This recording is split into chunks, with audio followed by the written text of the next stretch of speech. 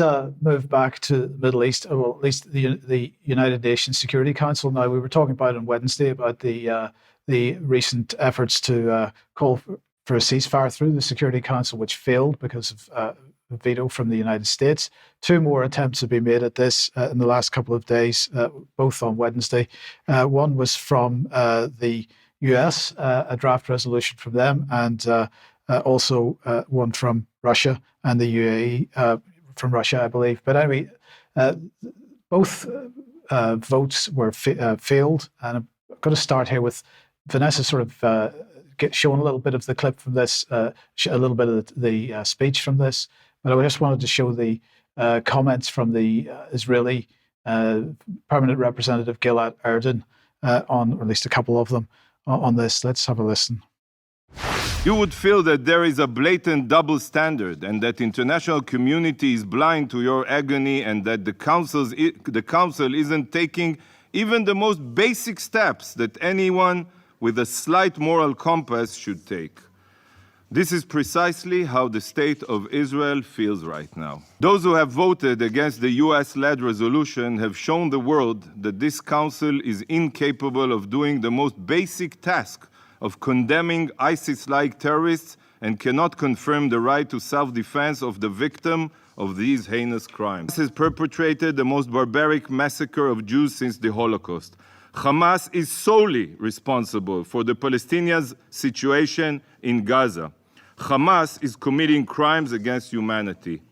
In the wake of the Holocaust, we collectively swore never again. This was one of the main reasons the UN was established.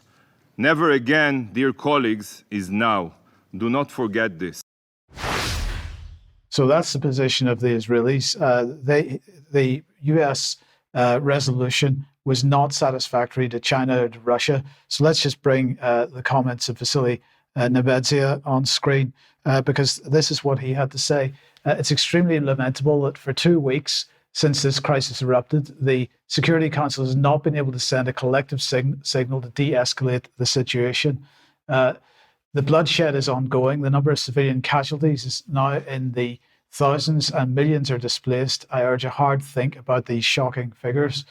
He said national and narrow self-centered ideological and political interests prevailed over the aim of stopping a humanitarian disaster. The Russians' main complaint about the US-led draft resolution was that, once again, it's requiring or acknowledging or claiming that Israel has a right of self-defense. It's extremely one-sided as far as they're concerned, and they weren't prepared to accept that basically that the draft resolution went far enough with respect to a ceasefire. The Chinese had this to say: we used our veto based on facts, based on law, based on conscience, based on justice. The US text was seriously out of balance and lacked the strongest calls necessary for a full ceasefire. So there is still no agreement within the Security Council on how to move forward because, of course, the United States and Britain are the main barriers to this. As far as I can see, they are not prepared to call for a ceasefire, and that is the problem. No, because we don't want peace. We don't want to stop people being killed. We want to continue the violence, continue the profits, continue the building of the power base. This is why there's no effort to stop the fighting in Ukraine either. It's obvious what's actually going on in UK and on the international platform. Vanessa, let's come back to you. And you wanted to comment on the video that we were showing on Monday's program, I think it was, respect to the son of the Hamas founder. Yeah, well, I mean, what I found very interesting is that interview coincided almost perfectly with Israeli President Isaac Herzog putting out this extraordinary claim that during the attack on the 7th of October, Hamas just happened to drop leaflets showing how to put together chemical weapons. Now, obviously, I am making the comparison with Colin Powell and the weapons of mass destruction in Iraq. But let's see how that combines with, the interview was actually by Alistair Bunkle of Sky News, who also was heavily involved in pushing out the Western propaganda narratives in Syria. And actually, although he says it's difficult to substantiate what Herzog is saying, after all, he's the Israeli president and therefore he should be given credibility. The documents were sent to none other than Hamish de Bretton Gordon, again, the go-to expert from the UK with connections to MI6, who was used to basically shore up the chemical weapon narratives in Syria. So then we had this interview by Fox News of Mossab Hassan Youssef, the son of founding Hamas leader. Let's have a look at his background. So between 1997 and 2007, this is a 2010 CNN report, he basically worked as one of the most successful spies for Israel. So for 10 years, he was working, providing espionage for Israel, and even resulted in the incarceration of his own father. So what did he actually say in the interview? You were shown a section of that on Monday.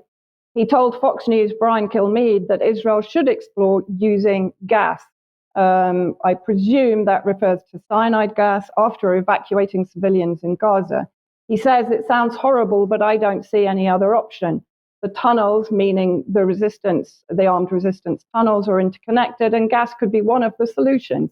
But this has to be in the right time. We cannot just rush into Gaza. Note that he used the term we, which suggests that he's still working or still perceives himself as an ally of Israel. There's no modern army, he says, that is prepared for this type of war. And most importantly, we need to get the civilians out of the picture, which I presume means evacuating them into the Sinai, as that has been demonstrated to be the plan of many of the government officials in Israel. As long as there are civilians there, then the operation might be incomplete, he said.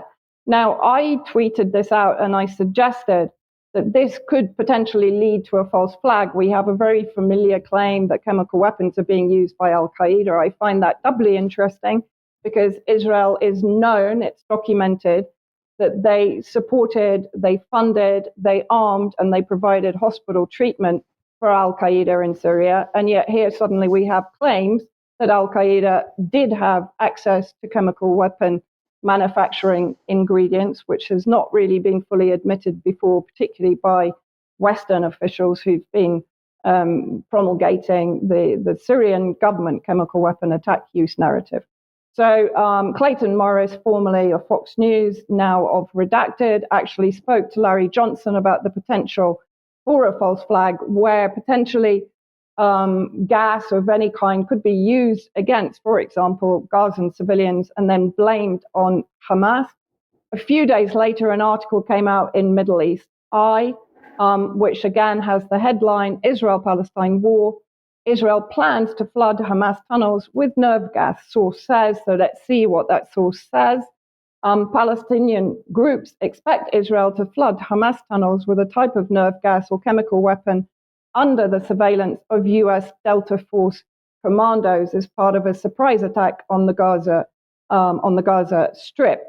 Israel and the US hope to achieve the element of surprise in order to penetrate Hamas tunnels, rescue an estimated 220 hostages, and kill thousands of soldiers. Now, I do have to mention that there are notifications circulating, particularly on Telegram channels, that 50 civilians among those hostages have been killed by the Israeli bombing on Gaza. And I just want to finish, if there is no false flag in Gaza itself, I would also rather predict that there may well be a false flag in the US, in Germany, in France, or even in the UK that could escalate the conflict and would be blamed, and by an attack, I mean a chemical attack, and that could be blamed on Hamas. Now, that is speculation, but I would like to put it out there as a prediction. Okay, Vanessa, thank you very much for that. Well, I'm going to jump back to the BBC, and I was extremely interested in this little article that was up sort of 24 hours ago